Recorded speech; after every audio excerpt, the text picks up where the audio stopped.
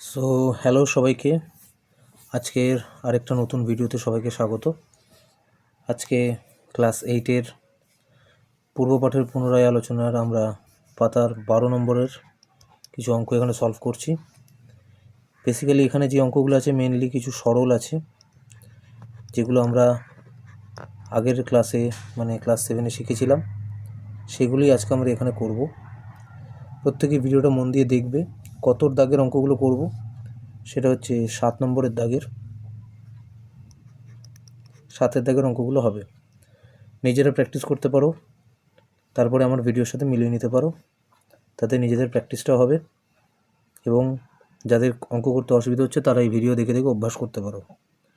7-এর 1 নম্বর যে অঙ্কটা আছে কি বলছে দেখো, a minus B plus B minus C plus C minus A, এটাকে বলেছে সরল করতে। কি হবে এই অঙ্কের ক্ষেত্রে?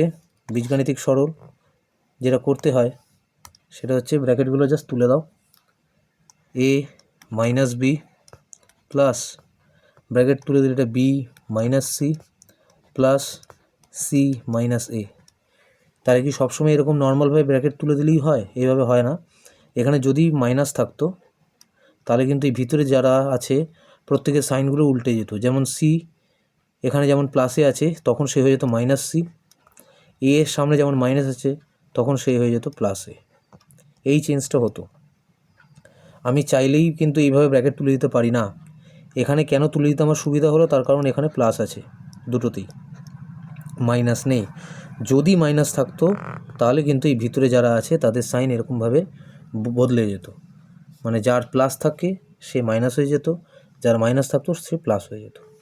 এবার কি হয়, বীজগণিতের ক্ষেত্রে যোগ বিয়োগের ক্ষেত্রে একই নাম্বার বা একই চলরাশি, বীজগাণিতিক চলরাশি যদি বিপরীত চিহ্নে থাকে, এটা নাম্বারের ক্ষেত্রেও হয়, যদি বিপরীত চিহ্নে থাকে জিনিসটা কেটে গিয়ে অ্যান্সার 0 হয়ে যায়।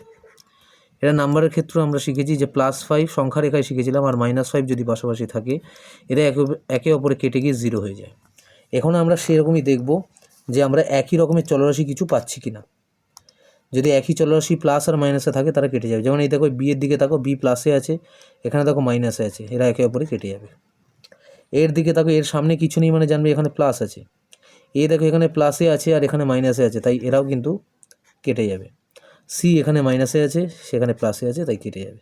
তাই পুরোটাই যেহেতু কেটে গেল অ্যান্সার হয়ে যাবে 0। আশা করি বোঝা গেছে কীভাবে হলো ব্যাপারটা। নিজেরা চেষ্টা করো, তারপর করে দেখাতে পারো। ঠিক আছে, নেক্সট পরের অঙ্কটায় যাই।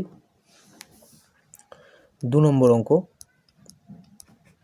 কি বলছে, a plus B a minus B plus B plus C B minus C plus C plus A C minus A. এই অঙ্কটা দেখে প্রত্যেকে প্রথমেই একটু ঘাবড়ে যেতে পারে যে এত বড় স্যার অঙ্ক কীভাবে গুণ করব বা যোগ করব, সেটা কিন্তু প্রথমে বুঝতে অসুবিধা হবে। কিন্তু যারা ক্লাস 7-এর সূত্রগুলো একদম ভালো করে মুখস্থ করেছিলে তারা কিন্তু এটা দেখে এক ঝটকায় একবারেই এটাকে চট করে মাথায় খেলিয়ে ফেলতে পারবে। মনে করে দেখো, ক্লাস 7-এ আমরা একটা ফর্মুলা শিখেছিলাম, a স্কোয়ার মাইনাস বি স্কোয়ারের ফর্মুলা। সেটা কী ছিল? a plus B a minus B এর ফর্মুলা। এইটাকে ধরে এবার এর দিকে তাকাও, দেখো জিনিসটা পুরো মিলে যাচ্ছে, a plus B a minus B. তাহলে এটা কার ফর্মুলা আসছে? a স্কোয়ার মাইনাস বি স্কোয়ারের ফর্মুলা। সেমভাবে দেখো এটাও তাই আছে, B plus C B minus C. তাহলে এটা কার ফর্মুলা হবে? নিজেরা বলার চেষ্টা করো। বি স্কোয়ার, হ্যাঁ, মাইনাস সি স্কোয়ার প্লাস এটা কী হবে? C plus A C minus A, তাহলে এটা কী হয়ে যাবে? C square minus A square. বুঝতে পারলে কী হলো? জাস্ট এটাকে ফর্মুলায় পুট করা হলো, কারণ এগুলো সব এক একটা ফর্মুলার মতো করে যাচ্ছে। এবং সেই ফর্মুলা কোনটা? আমরা ক্লাস 7-এ এই ফর্মুলাগুলো শিখেছিলাম, প্লাসের ফর্মুলা মানে স্কোয়ারের ফর্মুলা এগুলো। ঠিক আছে, এইটা হচ্ছে সেই স্কোয়ারের ফর্মুলা। এবার দেখো আগের জিনিসটার মতোই, আগের মতোই এটা হবে। কি হবে দেখো তো এবার কাটাকাটি হয় কি না। একই রাশি যেরকম বললাম, যদি বিপরীত চিহ্নে থাকে তাহলে কেটে যাবে। যেমন দেখো a স্কোয়ার এখানে কিছু নেই মানে প্লাসে আছে, এখানে দেখো মাইনাসে আছে, কেটে যাবে। বি দেখো প্লাসে আছে B square minus B square minus C square plus C square, এটারও অ্যান্সার 0। ঠিক আছে, এটা একটি ইম্পর্ট্যান্ট অঙ্ক। ঠিক আছে, এরপর যেমন ধরো 3-এর অঙ্কটা, 3-এর অঙ্কটা একটু দেখিয়ে দিই, এটা দেখে একটু ঘাবড়াতে পারো। 3-এর অঙ্কটা এক্স স্কোয়ার ইন্টু কী আছে তারপরে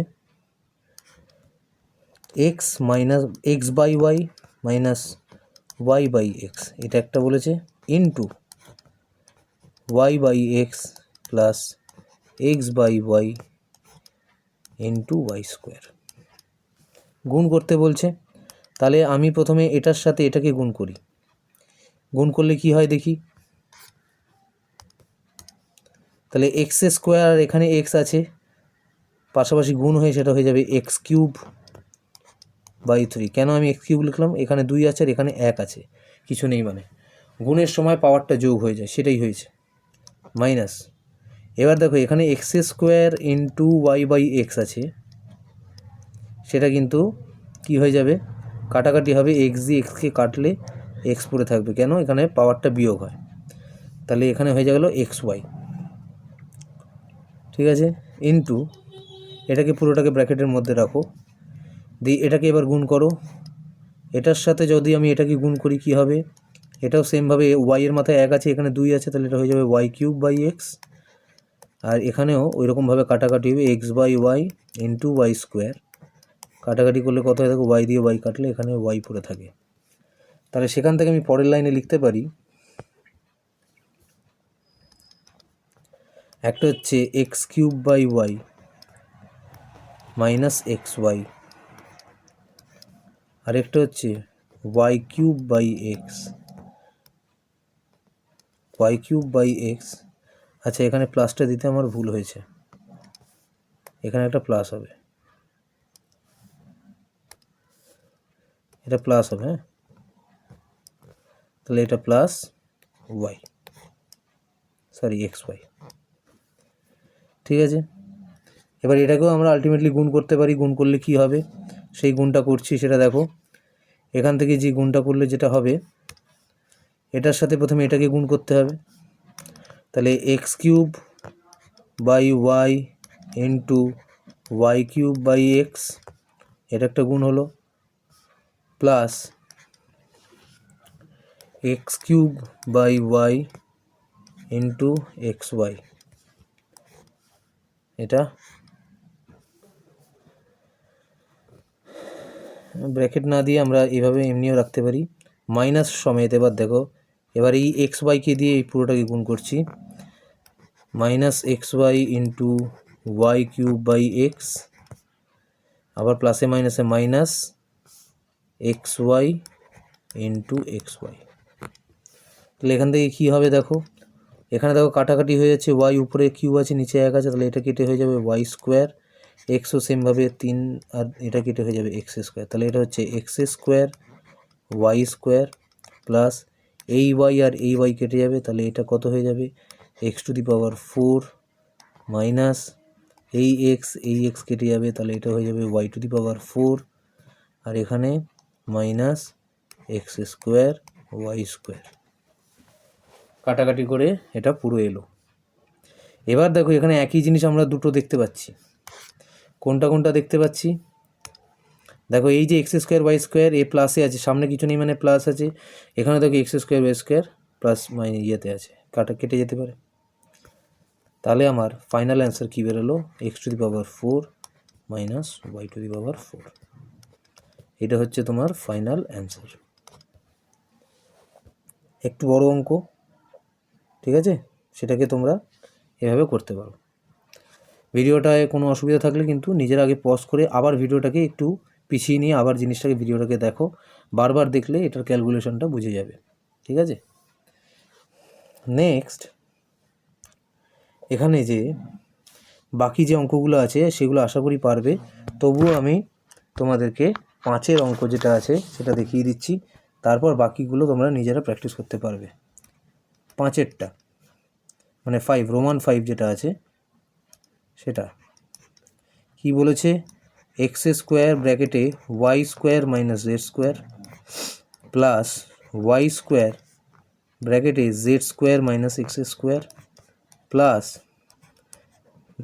ব্র্যাকেট দিলাম জেড স্কোয়ার ব্র্যাকেটে X square minus Y square. এটার ক্ষেত্রে আমরা কী করব, বাইরে যেই সংখ্যাগুলো আছে মানে যেই চলরাশিগুলো আছে তাদেরকে আমি ভিতরে গুণ করাবো, একবার এর সাথে গুণ করাবো, একবার এর সাথে গুণ করাবো, এটাও তাই একবার এর সাথে গুণ করাবো, একবার এর সাথে গুণ করাবো, এটাও তাই একবার এর সাথে গুণ করাবো আর একবার তার পরের যে রাশিটা তার সাথে গুণ করাবো। তাহলে গুণ করলে কত হচ্ছে দেখো, এটা গুণ করলে এক্স স্কোয়ার ওয়াই স্কোয়ার হচ্ছে, কেন? কারণ এরা একই রকমের রাশি নয়, আলাদা রাশি, তাই পাশাপাশি জাস্ট বসে গেল। পরেরটাও তাই X square Z square plus এটা দেখো Y square Z square minus প্লাসে মাইনাসে minus X square Y square.